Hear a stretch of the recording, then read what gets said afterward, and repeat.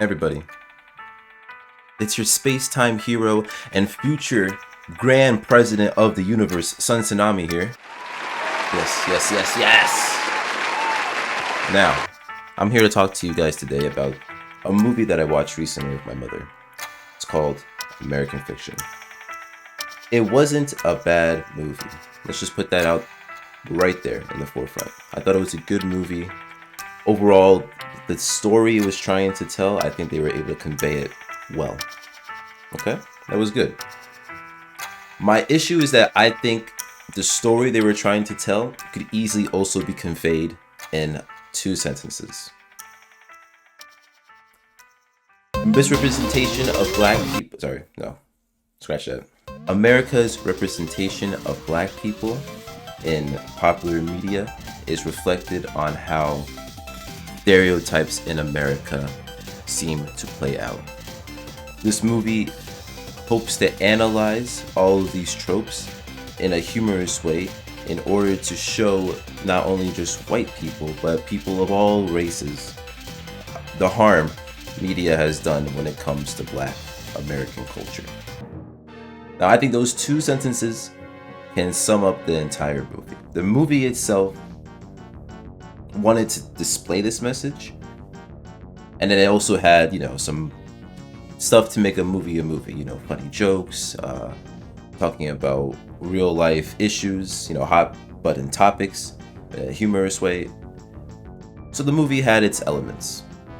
Now, before I spoil it, because this is spoilers alert, we're spoiling everything. Before I spoil it, like and subscribe. Second, we're going to watch the trailers. That's what we're going to do. We're going to look at these trailers. There's 2 of them. I only saw the first one before I went to the movie. And my issue with trailers is that every time I watch them, I feel like I know what exactly is going to happen. So when I watched this trailer right before I saw the movie, it did throw things off for me a little bit. But we're going to talk about it. I'm going to explain why. And I'm going to spoil. So let's go! How did you come to write this book? What really struck me was that too few books were about my people. Where are our stories? Where's our representation? Would you give us the pleasure of reading an excerpt? Yo, Sharonda, girl, you be pregnant again? If I is, Ray Ray's gonna be a real father this time around. Thank you.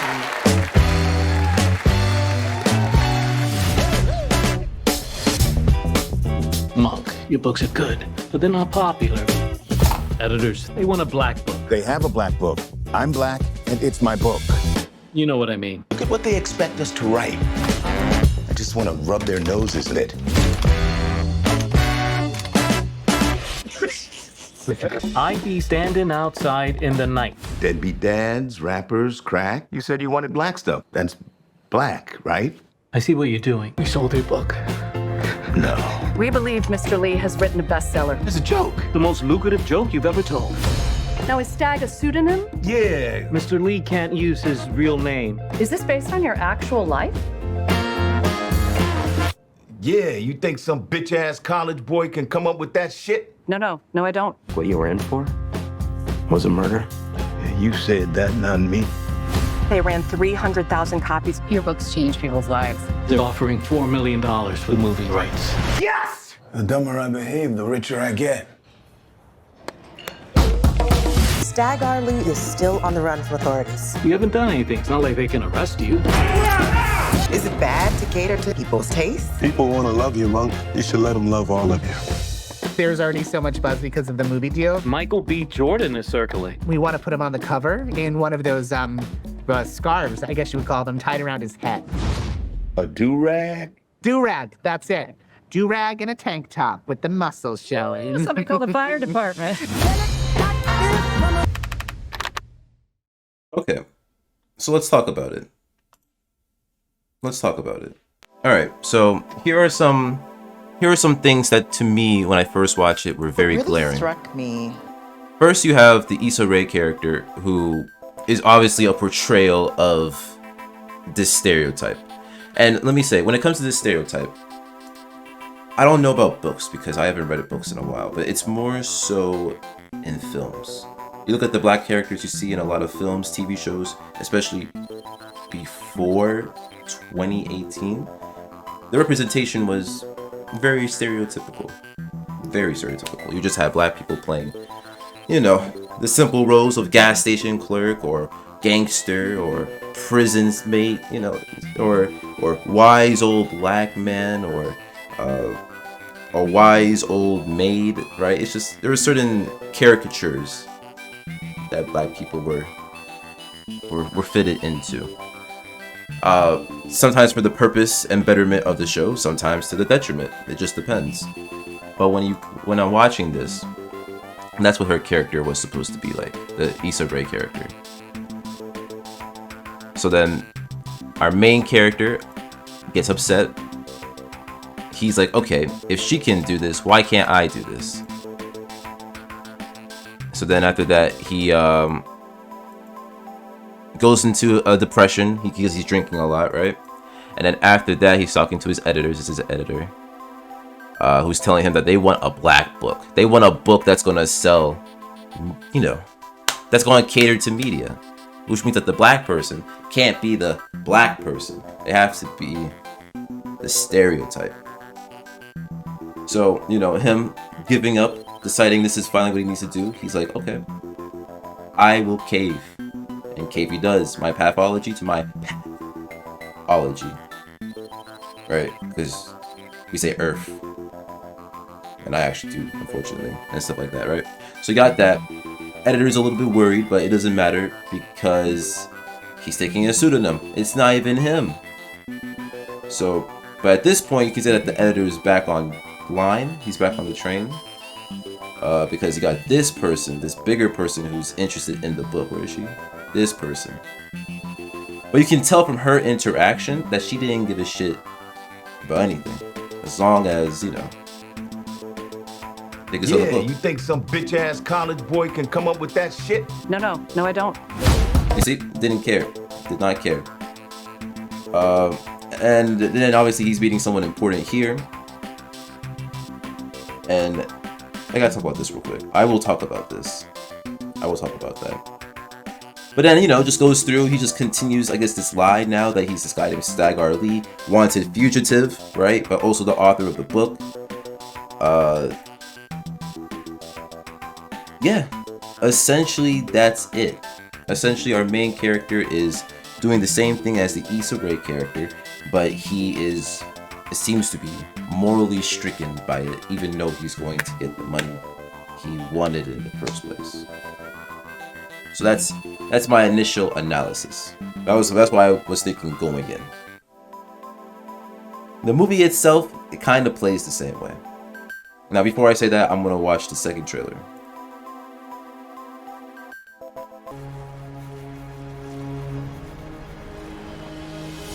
Are those human remains? You guys have a permit for that? Shut the fuck up, Philip. Cliff, you don't talk to me like that. You want me to beat your ass? I'm just... Fuck out of here, Philip! I will eat your sweater vest for dinner. Always been a fucking douche. Listen, Monk, you need some time off. Why don't you go back and spend a little more time with your family? You know that all successful writers are tormented by their families. You look fat. Okay. Welcome home, baby. How the fuck? I don't feel like much of the writer lately. Your books change people's lives. Has something I've written never changed your life? Absolutely. My dining room table was wobbly as hell. Oh my God. Before your last book came out. It was like perfect. How's your brother doing? I still live in Tucson. What's wrong with Tucson? There's one gay bar and it's full of college kids. One of them asked me if I was Tyler Perry. I mean, Tyler Perry lives in Atlanta, right? Fuck you. Any news? Editors, they want a black book. They have one. I'm black, and it's my book. Look at what they expect us to write. Would you read an excerpt? Yo, Sharonda, where you be going in a hurry like that? If and you gots to know, I was going to the pharmacy.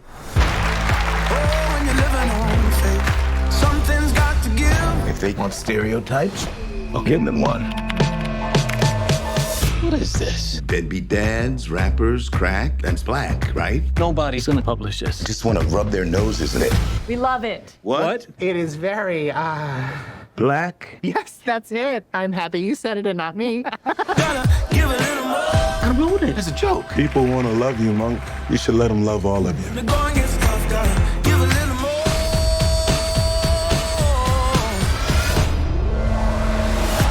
the movie rights. Yes! We think it is going to be a bestseller. I'm sure white people on the Hamptons will delight in it.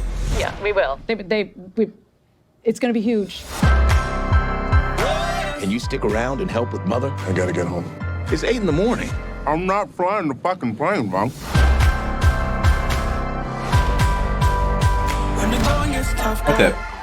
Okay, so that wasn't... I liked this trailer more because it was more so tell you a simple story. There's some elements that are supposed to, you know, hint at your interest, like, oh, who the hell died here, right? You know, but besides that, actually, yeah, besides that, because look, after that, you kind of understand everything else. He's drinking, he got laid off of what seems to be his job, he's having trouble with his book, he's visiting his family though, right? So the family's going to be an important element. You can even tell from this scene, if you just look closely, right? Even from this, where is it? It looks like he's found love of some sort, if you don't know who she is, if you haven't watched the movie, right? And then he's upset about how the current state of books. So then he decides that, you know, it's the same thing as I said before, he's going to write his own book, but it goes unsuccessfully well, because it goes well for him. It's unsuccessful for him because it goes well, and now he's upset. Even though he's getting what he wants, he's upset. But the brother said that very good line about how you should let everybody love you. And now I think it's just time to ruin the movie. So that's all good. All that whole message, that's good. I just don't really see the purpose of the movie. Now let me tell you a few of my gripes. My biggest gripe was with the sister dying. Honestly, it's irrelevant. I'll admit it's irrelevant to the overall plot. It was honestly just a device to move forward. But why did she have to die? She died as a way to what? Add on the grief? They didn't even explain how she died. She just died. We have to assume it's a heart condition. And to me, I don't know, that just threw me off. And that was like at the beginning of the movie. That like kind of just started. So I'm like, okay, this is how we're gonna go. But as we go on through the movie, you know, it wasn't bad. I understood Monk, that's the guy's name, by the way. I understood Monk's motivations. I understood what he was doing. And nothing that he did, I questioned. Because it all made sense. He wants to do this. He needs the money. Unfortunately, he has to do it, but he's unhappy. His morality and his survival are clashing throughout this whole movie.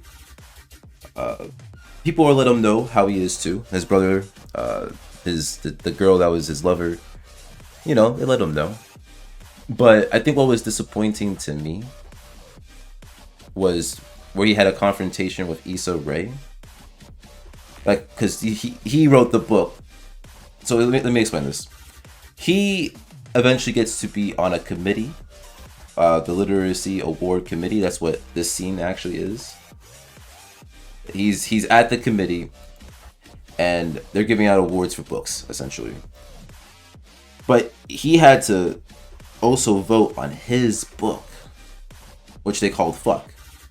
The book ended up being called Fuck. I'm not going to ruin everything for you, but the book's called Fuck, and he had to rate it with everyone else, right? Issa Rae's character was very upset about the book, like the book was stupid and all this stuff.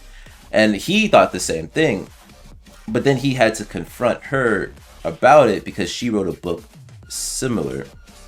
She got offended, said that she did actually a lot of research and that her book's very more nuanced than that and more involved, which I do believe, you know? Like, just because the book itself on surface level seems like a caricature of what black people really are, you have to read the whole book to really understand the meaning. Like, you gotta watch the whole movie to understand the meaning.